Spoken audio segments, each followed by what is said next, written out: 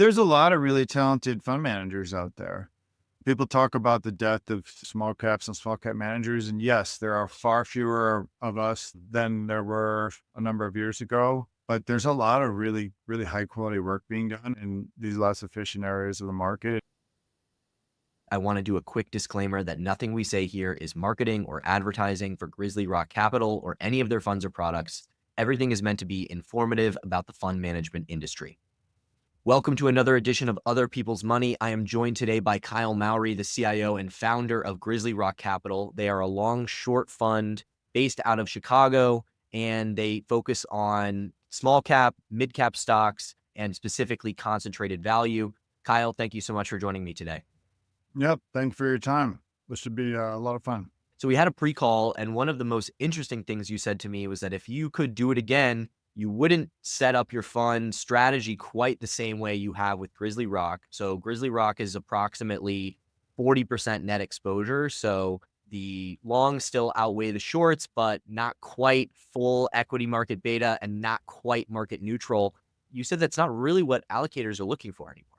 The industry, I think, is bifurcated among things that are very low net and have a high focus on alpha and a unique and uncorrelated return stream. That's one area. Another area is higher net. It's going to have higher volatility, and that might be an equity alternative to equities that is designed to exceed a certain index over a certain period of time. I think that when we think about, the investment management business, there's a lot of options. And I think for those who are building investment management businesses, it's important to be very specific about not only where your skill set are, but how those skill sets can best be married with what the allocator community is actually looking for. What qualifies as low net? I mean, do you have to be truly market neutral? Can you lean one way or the other? Or do you have to have that almost like pod shop, like strict market neutral, factor neutral to be attractive to allocators now on that side? Yeah, I think it's a very good question. So within equity and equity long short, I think that the reduction of exogenous risk, factor risk, is something that's been very popular. I think that works better in mid and large cap than small and the smaller portion of mid. The reason is the factors tend to be very volatile within small. So we actually looked at we did a deep dive on, as style factors became more prevalent in 2017 and 2018, we did a deep dive on that and, decided, do we want to be factor neutral? Do we want to be style factor aware? Do we want to disregard this altogether? We ultimately decided that being style factor neutral and small is probably too hard in terms of what you end up doing is just cutting down your returns. And that's same with the pods requiring leverage. But I think the nature of those markets in mid and large cap, predominantly large cap to be clear, is the factors tend to have a lot more stickiness than they do in small. So I actually don't think small cap factor neutral really works. I've seen it done. I haven't seen it done extremely well. Yeah. So I guess if it can't really be done, does it change the type of allocator who's interested in small and mid cap? Are they the same people, or they're just bucketing you in a different group, even if you are market neutral? I think if you asked, say, 100 allocators, you'd probably get variations of more than one handful of answers of how they look at the world. I think some look at the world in terms of a volatility targeting approach where, look, if your vol is mid single digits, okay, you're a low net. If your vol is, in the teens, that's equity market like, and they're going to be looking for requisite returns to match that. I think the reality is I think of investment management in terms of how you run money, and it's a triangle. So you can always pull two of the three legs, and the three legs are return stream, tax efficiency, and volatility. So you can pull any of the two at one time, and you have to give on the third. And that's just inherent on what the model is. And I think that for people who are considering running money professionally. They need to be very clear about what they're good at and how those strategies align with those desires that they have to run money and the desires that allocators have to receive a return stream, which in the end is kind of the product here. And in our pre-conversation, you said about a 60% net long you think is enough equity exposure to put you more in the equity bucket. Is that because small caps are generally more volatile? And so for somebody who is doing volatility targeting, you're gonna reach into their equity like bucket with a 60 net. The reason I picked 60, and that was somewhat of a random number, was if you're a true long short and you're trying to make money on your shorts, that is something where inherently you have to have exposure. So even if you're fully long, say 100% long, you're still going to, if you have shorts, you're gonna net down into that 60 range without using leverage, right? Clearly, you can amplify with leverage any of these strategies. And I have a lot of friends that run small and mid cap, long short with leverage, and their return streams are volatile. And the good years are very good, and the tough years are more tough than they otherwise would be.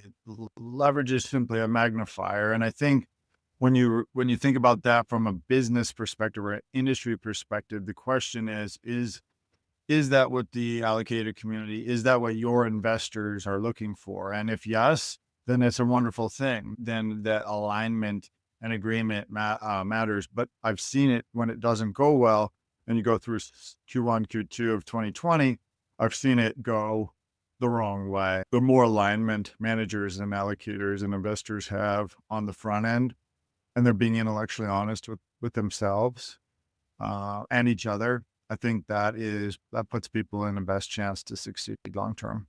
So if you are somebody who is at the crossroads trying to decide whether you want to be more equity like or more idiosyncratic and market neutral, how should you be assessing your skills to determine what is right for you? If your skills are in the bucket that the pod shops are looking for, it makes very little sense to start your own firm, and it makes a lot of sense to go to a pod shop. Because even if your career is a couple years there, the potential to make significant profit personally is there. And the reason that it's there is they have massive teams of not only fundamental personnel, but also quants running over the top and risk management. And the risk management at the pods is exceptional. And I think that's one of the reasons that they're so large now, right? Single managers, and to be clear, my fund or my business is a single manager fund. But single managers can and do run off the rails from a risk perspective more often than the pods who employ, legions of PhDs and quants and run over the top. Now, that doesn't mean they're not exposed to some exogenous event, but for the current market structure, the way that they are addressing that problem makes a lot of sense, frankly. And I would say that if for a young analyst or an investor in the earlier mid-career, it makes a lot of sense. Now, I never was at a pod shop. That's not my time frame. I look out 1 to 3, 2 to 4 type years. That's not a pod shop time frame, and therefore I never pursued it because it doesn't align with my skills and interests. But what we've built, it does, right? And it also aligns with our investors' desire on risk. If you're not in the low vol, low net game, I think you are trying to beat indexes. And as we sit here in early 25, beating the S&P or the NASDAQ has been wildly challenging. And the last two have been in big cap tech. For those of us who have raised money from investors saying that we would invest in small and mid cap securities, we functionally wouldn't be in a position to buy NVIDIA. And therefore, comparing us to that index is probably not intellectually honest. There are other industries that are probably more aligned with how we represent ourselves to our LPs. And so it's not cherry picking to focus on returns relative to those indices, and especially over time. After a year like 2024, you always see the Bloomberg screenshots of like, oh, look at what the mega funds did who is buying these products. You're having conversations with your investors about, your returns relative to the indices. How much of it is them knowing what they're buying, that they are buying a small and mid cap fund, and that's what they're going to have exposure to. And if that factor, doesn't do well, there's no way you're gonna keep up. I think a lot of it, looking at it from an industry perspective, is about one, being very clear about what you're going to do up front, and then two, not experiencing style drift, right? So we don't do a lot of large cap tech. If we started buying large cap tech, which I guess legally, per the fund docs, could potentially work, that would be a style drift. And that would be, in my opinion, a reason for investors to significantly question our value proposition, because that's not what we said we were going to do. But look, our business has been operating 13 years, and I want to avoid getting into numbers, returns, because this is a public forum, but it's filed with the SEC that we've been around for 13 years. And we've done that by being consistent with our approach to our sandbox and applying our methodologies consistently and judiciously to that. So you mentioned that in the fund docs, technically you could, but your LPs might have some problems with it. I guess, do potential LPs, are they more interested in seeing a hard mandate where you are restricted? Or it's the type of thing where it's like, if you can't trust a guy to stay within his stated mandate, then you probably shouldn't be investing with him anyway. It's definitely the latter. I mean, the fund docs are wonderful. They're written by highly educated lawyers, but those are not the basis of the relationship with the allocator.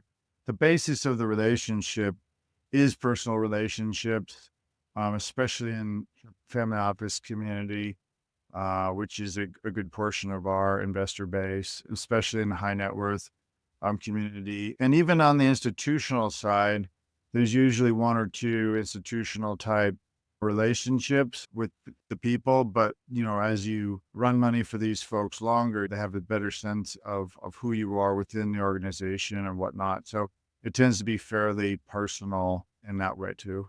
Okay, so you mentioned family offices, high net worth. I think it came out that like 37% of Harvard's budget this year was going to be paid for by their endowment. They are funding the operations of the university from the return stream that they're generating from the endowment. They have very different needs than a high net worth individual or family office. What is the problem that you are solving for them versus maybe an institutional client? Yeah, that's a great question. I'll answer the question broadly. Our reason to exist is to compound over time. And to compound over time, the biggest error that I've seen people come up with is a large drawdown. Okay. So a large drawdown can be due to, market factors. It can be excess leverage. It could be, getting over one's skis with a single name or a theme or whatnot. But, any return stream that you make 50 one year and you lose 50 the next year, you're digging out of a 25% hole. And you just took out 2 years of time. And so, our strategy is designed to advance, by not going backwards. And that sounds simple and it sounds trite. And maybe after a couple years, like 23 and 24 in the broader stock market, that sounds like, well, why do you exist? Well, there are reasons that we exist, and there are reasons that our investors sleep well at night knowing what we've done for our first 13 years. That's wildly different than I have friends that run funds that are trying to put up, big numbers every year. And many years they do. And some years they have an off year. And it's kind of funny. A lot of those folks end up with in and around the same geometric return stream as us over time. We just get there differently. And I think that by and large, the LP base is going to be different as well. And I think that that's why I keep going back to that communication and alignment on the front end about process, about expected return stream, about what would suggest deviation from the initial focus. And how does capital raising differ between somebody like yourself, more focused on low and slow versus those much more high torque, counterparts that you're mentioning. Maybe they're a 506C and they're allowed to put their returns out there in public. And obviously, when you put up a big flashy number, it gets around. People Sure. see it, and even if you're not allowed to put it out in public, people share decks. It's no secret in the industry, so it does get around. Look, the water finds its level. If you're a launch at a reputable prime brokerage, you're gonna get looks from the allocators. I think pedigree matters, right? The three P's of the industry, it's people, process, and pedigree. People, performance, and pedigree. People use those P's interchangeably, but the point is that if you have a great resume, if you have a great track record, you're going to have an understanding of the allocator community already, and you're going to be able to have a more high profile launch. That's not what I did. I launched right after business school, literally like the next week. And I launched small, and that's not probably something I would do again. And we can get into that if helpful. But that was aggressive. I was 29 and no kids, no mortgage, but no trust fund to fall back on. So we worked pretty hard in the early years. We work hard now, but I think the first 4 or 5 years was 12 hours a day, 6 days a week. That's a sacrifice that some are willing to make and some are not. And it also doesn't come with a certain guarantee of success. So for folks thinking about that, I'd think long and hard before doing it. But if it works, then and you can be around for a while, yeah, it's a great business, and you get to work with and interact with great people, and hopefully do well for your investors for a long time. So it's a very rewarding business, not only financially, but also interpersonally as well. So how much did you launch with? I mean, one of the big problems that people have is the chicken and egg of, I can't write you a big check until you already have some money because I don't want to be too big as a percentage of your assets. It feels like you're constantly trying to find small fish, then medium-sized fish, then big fish, and sequencing them and changing your approach marketing wise, over time is very difficult. Well, I made a lot of mistakes on the business side. I think we've been very consistent on the research and value proposition side. Obviously, I can't disclose private returns in a public forum here, but we've been consistent on that side. But from the business side, we made so many mistakes. I launched with less than $1 million, and the goal was to put together a 3-year track record. That model existed when I started my career, which was prior to the great financial crisis. And I think I was kind of wedded to that model, even from undergrad, from college. I went to UCLA. That's where we get the bear from in Grizzly Rock. And I came up with the name in my dorm room, and it was always a goal to start Grizzly Rock. Now, today, 2025, I absolutely would not do that. Not because I wouldn't be willing to go through the grind again, but because it doesn't set one up for success. I think to launch a viable business, it requires the service providers and the heft truly institutional at launch. So if I didn't have a anchor investor, whether that's a formal seed with economics or a high profile or high ticket LP day one, I wouldn't launch because the probability of success is far lower that way. What is required now in terms of service provider quality, team quality, et cetera, is high. You are competing with extremely smart, extremely hardworking, extremely well-backed teams. And that's a very competitive industry. And it always will be because of the potential for tremendous success. And so I would either have a seed or a significant anchor at launch, or I wouldn't launch. There's a lot of good seeds out there without creating your own. Because I created my own, I guess maybe that's why we're having this conversation today, but I don't necessarily think it's a silver bullet at all. But at the same time, I've had a lot of friends who have done it and have raised small amounts of money and are still very happy, medium amounts of money. And only a few folks who I know personally have really scaled to, let's say, 500 million or more. I think that's pretty rare, but it does happen. And Well, it sounds easy to say, well, just go get a seed, go get an anchor investor. But that is in many ways as difficult or more difficult than, hanging up your own shingle. So what's the best way to do that? Is it just go get a job, perform, yeah, do well, yeah, make yeah. connections? UCLA is a great undergrad, but it's non-target for a lot of bulge bracket IB and PE. And by the way, I was playing baseball all spring and summer. I played baseball at UCLA, so I didn't have the traditional path, internship to banking to PE to long only to, you know what I mean? I had to create my own way. Now that's a unique endeavor and something that worked for me, but it's not the highest base rate for success. And so, yeah, if folks are focused on that, they can either get a seat out of undergrad, or if you're early career, you can still get an MBA. I did my MBA at University of Chicago, which is always a bit humorous when I tell people I'm a fundamental person focused on marketing efficiency, although my MBA is from Chicago. It's a great program. It's not all quant. Fama's class is a wonderful class, but it's not the only one there. There's a number of great classes. So I chose the MBA route, but it can be done in a number of different ways. I think the key in the investment business is the same as any business. And what is the value proposition? What is the challenge that you're trying to solve? And being extremely specific about, is it high returns? Is it after tax efficiency? Is it no drawdowns or low drawdowns? Is it a replacement to X, Y, and Z in an investor's portfolio? I think that's what I would focus on for enterprising people considering, something in the investment management industry. So the cynic in me says that the best path is to grow up in an upper middle class area Yeah. where this path is understood. And Yeah. you're making this decision at the age of 16, essentially, that I'm going to have to do the extracurriculars that are going to get me into the target school.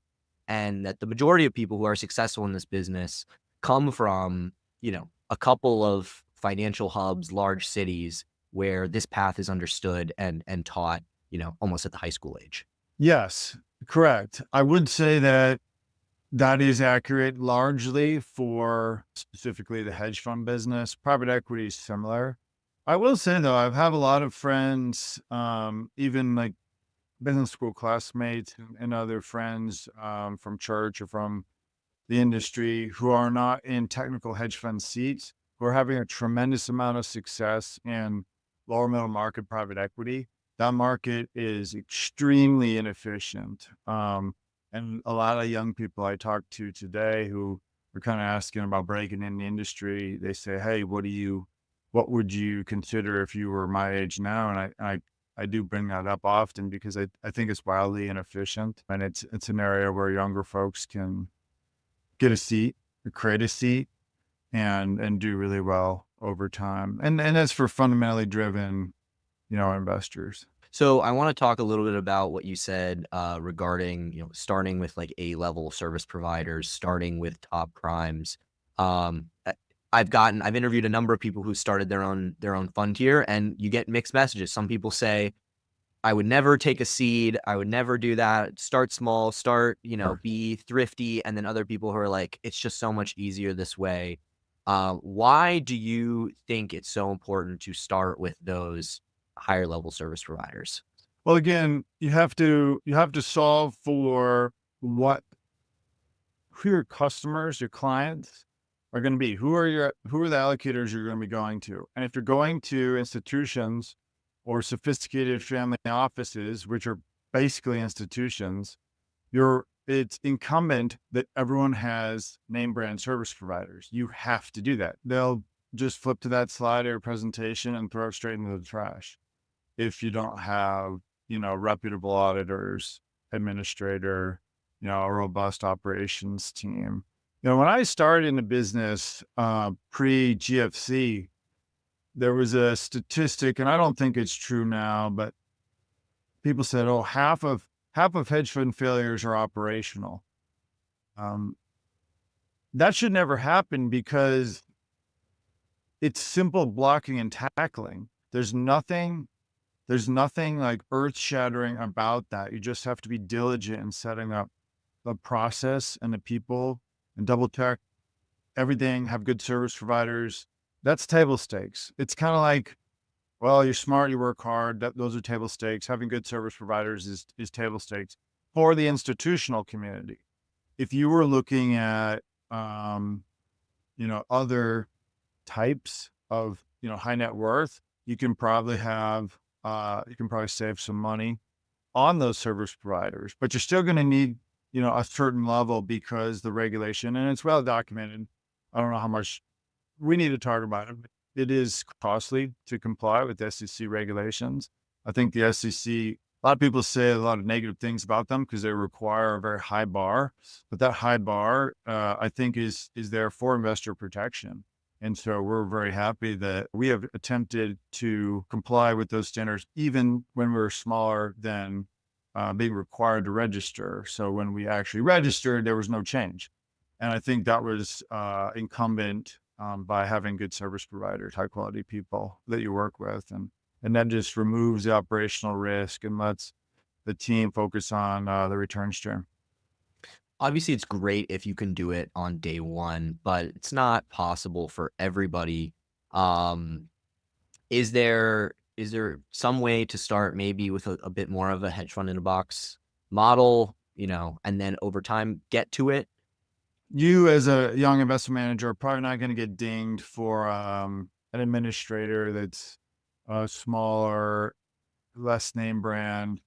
But if you go with your buddy who's a CPA as your audit, that's going to be a problem, right? So if folks are thinking about where to spend money, I spent the most money early on audit because with a reputable audit firm, in the end, the audit is the only thing that really matters because the admin, they are very unlikely to make mistakes, but it can happen. But the auditors, with the belt and suspenders approach that they take, by the time it gets through them, if it's a reputable audit, I think most investors will accept that, especially in strategies that are fairly liquid and easily, underlying prices easily identified. And then from there, it's building with the prime brokerage team, with your administrator, your CFO, your COO.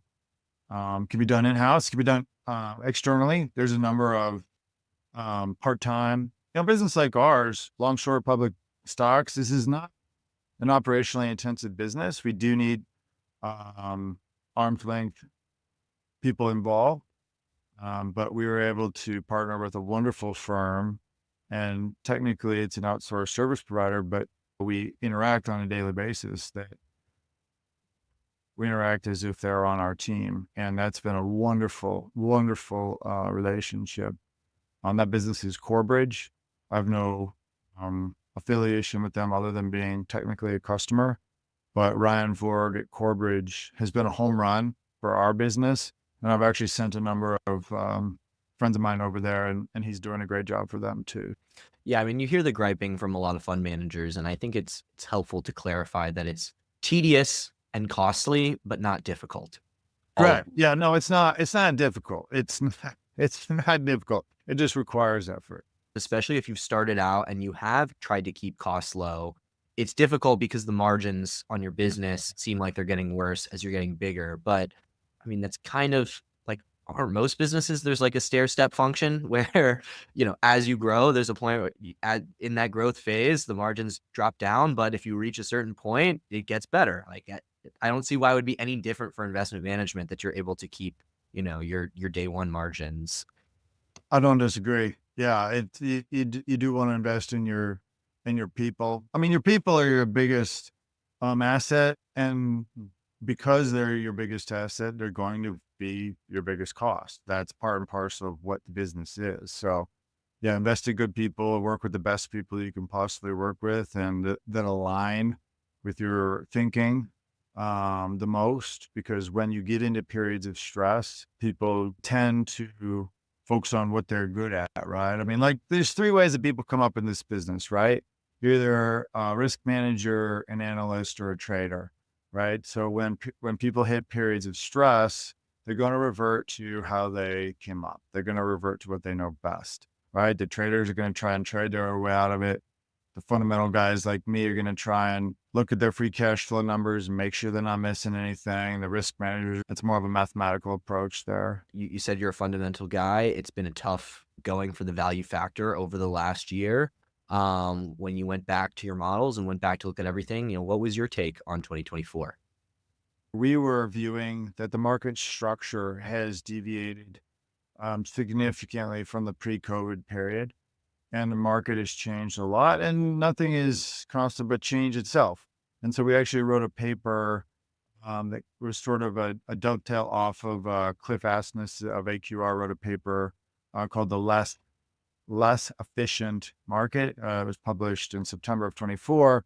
Clearly, he's coming at it from a factor and a quant perspective, but we found a lot of his commentary made sense for us. But as an active stock picker, that was something we needed to go and look at market structure. So we ended up writing a white paper. It was an internal. It's not published. It's an internal white paper that really talked about, okay, what has changed in the market structure, and how must fundamental investors change with it, right? Because if we were having this conversation 20 years ago, I would have told you that value is the best factor historically. It was high free cash flow to price, and value was a mean reverting strategy. There was a certain intrinsic value, but when you look out there today and you see like today we're taping and quantum computing stocks are down like, I don't know, 40%.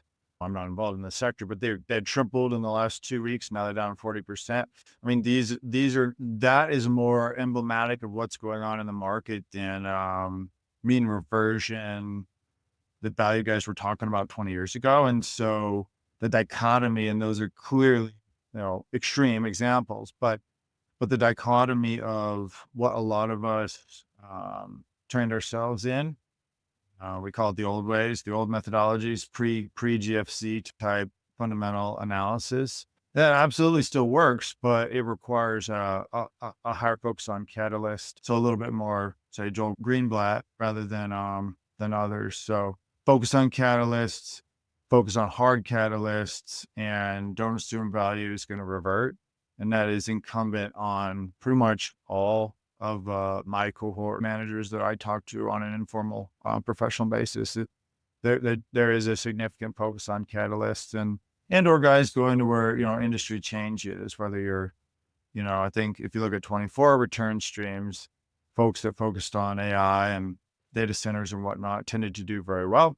And if you weren't in those scenarios, you still could have had a good year, but it was probably a heavier lift for you. And how do you think about adjusting your strategy and your style with these types of evolutions versus style drift? It's very easy to say like, well, if you said you're a value manager, Yeah. you should be using this factor, but if Yeah. it's not working, like, how do you deal with that? Evolving with the market, but yet not, succumbing to style drift. It's a really, really nuanced and important question because we've been operating 13 years. Markets have changed significantly. Style factors was one, and then the post-COVID market structure shift was another. Everyone in this business has to know what they're good at to their core. What do they have to offer? And what they have to offer is central to their identity of their firms. But how does that interact with the market set and the market opportunity? And so for us, we still use our fundamental free cash flow based approach now, but we focus more on catalysts. Like there's a lot of cheap stocks that are going to stay cheap, and there's a lot of expensive stocks that are going to stay expensive. Those are not interesting as either longs or shorts. What are interesting are businesses that have catalysts or value realization events, or where the narrative is going to change and the multiple and therefore the price is going to change. And so it forces us to use our toolkit and apply it to more specific areas. And so that way we're using the same toolkit, and therefore it's not style drift, but we're applying it to areas in which that matters, right? Like I don't do any quantum computing. I don't know anything about quantum computing. They're not longs, they're not shorts. But if we were to study that industry, and we would study it with our same lens, and then is there something to do there? I don't know, because I haven't done the legwork there. But there are many industries where we have done the legwork, and we know it extremely well, and we can find catalytic driven longs and shorts. I find with fundamental driven investors that they often forget about these other things that are happening in the market. And just because there are strong fundamentals underlying your stock doesn't mean that these market structure forces are not what's driving the price. And so they see the price move and they they attribute it to the analysis that they've done and the strong fundamentals, and not that that isn't part of the reason it has gained momentum, but that it can't possibly be part of the momentum factor. And that when momentum turns, it's going to turn too. And just because the strong fundamentals are there and that underlying trend is there, doesn't mean that these other factors aren't going to come into play. And I see it happen a lot with fundamental investors. The person that I read the most on factor methodology is Cliff Asness. I'm not a quant. I have no relationship with him, but I think he thinks about it pragmatically from a factor perspective.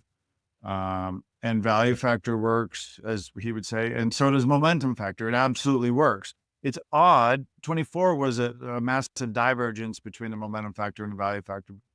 In periods of rising economic activity, they do tend to rise together more. Like 22. Yeah, exactly. Down together in 22. 24 was bifurcated, and so yeah, I do think intellectual honesty requires that you bifurcate, like, were you right? Did you get lucky? And because it goes the other way too, you can get in a thesis dead to rights. Like we had going into pre-COVID, we had a whole bunch of, say there was transportation businesses that were inflecting. I'm thinking of one specific company. I don't want to get into it, but the numbers were inflecting, and then COVID came in and we lost money on that name in 2020. Well, was the analysis incorrect? No, it just didn't include a pandemic that more or less shut the world down. And so that was unlucky.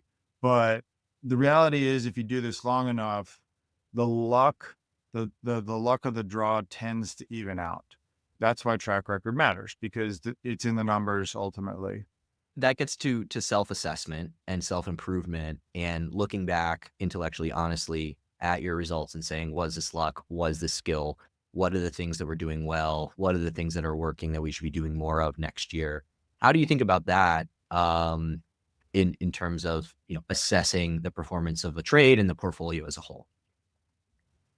That's a great question. I think you have to hold up performance over the appropriate time period for your strategy, and then assess the market or that factor, or the consortium of factors, and then you rate yourself honestly against that, right? I think that most people in this industry want to grow their businesses for obvious reasons, and therefore they end up writing letters that are more marketing than introspective. And I think we're all human. I've probably written some letters that justify performance that I wished was different as well. But that's not what I try to do. We try to be intellectually honest. And I think that our investor base, like who's with us now, are folks that have seen us struggle, because every single manager has had a difficult period. Buffett and Munger and these Oh yeah. folks have all had major drawdowns. But that was part of their style. That was part of their strategy. Those should have been expected and were expected by the LPs who were paying attention, or the partners who were paying attention. So, does that answer the question? It all comes down to intellectual honesty. It does, but it sounds like you're doing it on a quarterly basis. I'm thinking more about like as a firm process. How are you doing it? Is this on a quarterly basis? You're taking a look at every name in the book and saying, was it the fundamentals? Did the fundamentals actually improve, or was there something that the market grabbed onto factor wise and the entire industry did well, and we happen to be in the right place at this moment in time, but our business really hasn't performed the way we predicted? Yeah. That's more the question I was getting at. That assessment is far more daily because when prices fluctuate daily, when you have liquidity, you can buy or sell every position every day. So, I had a PM when I was an analyst said, if you're long something, you have a view that you would buy it at that price basically every day. And that's fair, excluding tax as a factor. And so I think when you think about that, you are making decisions every day on every position. Most of the time for strategies such as ours, the decisions are to do nothing, but they're still decisions, and you need to be intellectually honest with that. I think it's a much more daily and iterative process than I was taking the question prior to be communication, or at what time period is it fair to assess performance? Because for a strategy like ours, any 1 month can be a good month. If we get a buyout, it's going to be a good month. If something else happens, it cannot be a good month. But over a period of 12 or more months, that's when you really see that the luck or unlucky tends to balance out. And that's why for a strategy such as ours, that might be true. Now, other businesses or other strategies might have different time periods, but for us, it's 12 months at a minimum. You talked about buyouts. Maybe it opens up the door to talk about the difference between upside and downside vol. I mean, there's a lot of different perspectives on whether upside vol should be dinged in the same way it is on the downside, Sortino versus Sharp. What do you think about the difference between the two, and how do your investors, because that's really at the end of the day what matters, is do the investors and the potential investors care about upside vol? The dirty little secret is people tend to show the number on the tear sheet that's better for them. It's usually incumbent on the allocator to put the numbers through their system and then assess the potential new manager against a matrix of their existing managers or return streams. I think it gets back to doing what you say you're going to do. If you say you're low net, and then the market's flat for 2 years and you're up 30 each year, well, you better be able to explain that very, very specifically, or it's going to look as if you got lucky. Or the inverse, like it could be a time period where you launched your fund and the strategy didn't work for a couple of years. If you can explain that effect, then I think allocators will understand it's intellectually honest. But these people are smart, right? I read so many letters that are largely marketing or fluff, or, it's trite, but every time someone has a bad year, there's a Buffett quote about long term, right? In our letters, we try and be very honest. And if we succeeded, be honest about that. And if we did not succeed, what we're going to do to fix it. And I think that over time, everyone in this business gets the investors they ultimately deserve.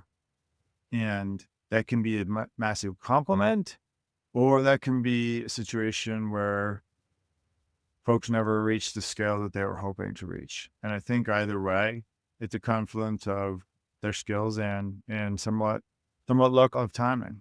So you talked about letters. You mentioned you read Cliff Asness a lot. Did you read his most recent one? I did. The 2035, the 10-year look back. Yeah, and what did you think? Because there were two takes. I mean, there were people who loved it and thought it was funny, and there's some truth to the criticisms as well. Well, first of all, Cliff is an amazing writer. Yeah. I do read most of what he has to say because I think it's wise and I think it's honest, right? You can say a lot of things about Cliff, but he doesn't have much of a filter. And so what you see is what is really what he's thinking. And I think that has a lot of value in this environment. And some of his gripes with private equity, I think, are unfair. He says private equity is volatility laundering. That's not a bug. That's a feature. Okay. That's a feature. And I know he has some issues with crypto. I'm not involved in crypto, long or short, but certainly that's caused me to come away from more sexy, exciting type industries. But yeah, no, in terms of was there any other parts of that paper? Cliff's opinions are known. That is one thing. Sure, His sure, opinions are sure, known, sure, and the things he sure. likes are known.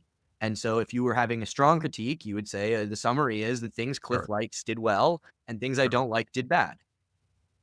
Yeah, and that's fair, But the reality is, the better certain asset classes do, such as crypto, the worse people like me who are not involved in those asset classes appear, whether or not our decision to avoid them were grounded in some sort of a principle or just fear or whatnot, whatever the reason is.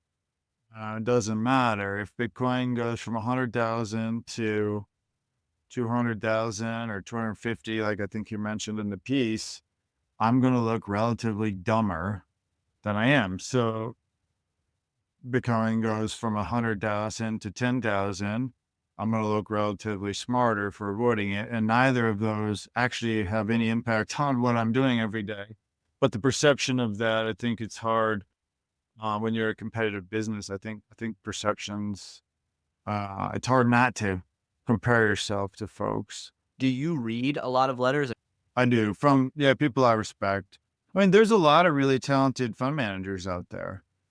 People talk about the death of small caps and small cap managers, and yes, there are far fewer of us than there were a number of years ago. But there's a lot of really, really high quality work being done in these less efficient areas of the market, and there's no passive market inflows the way there are in large cap. There's very little of that. There's little allocator interest, even among funds with a very good track records. I'll say that without naming names, but there's quality work being done that produces very attractive risk adjusted returns. And I have friends in the long only bucket and long short bucket both that I would characterize that. And yes, I do read their letters. When you see names that are your own names starting to pop up a lot, what is your response to that?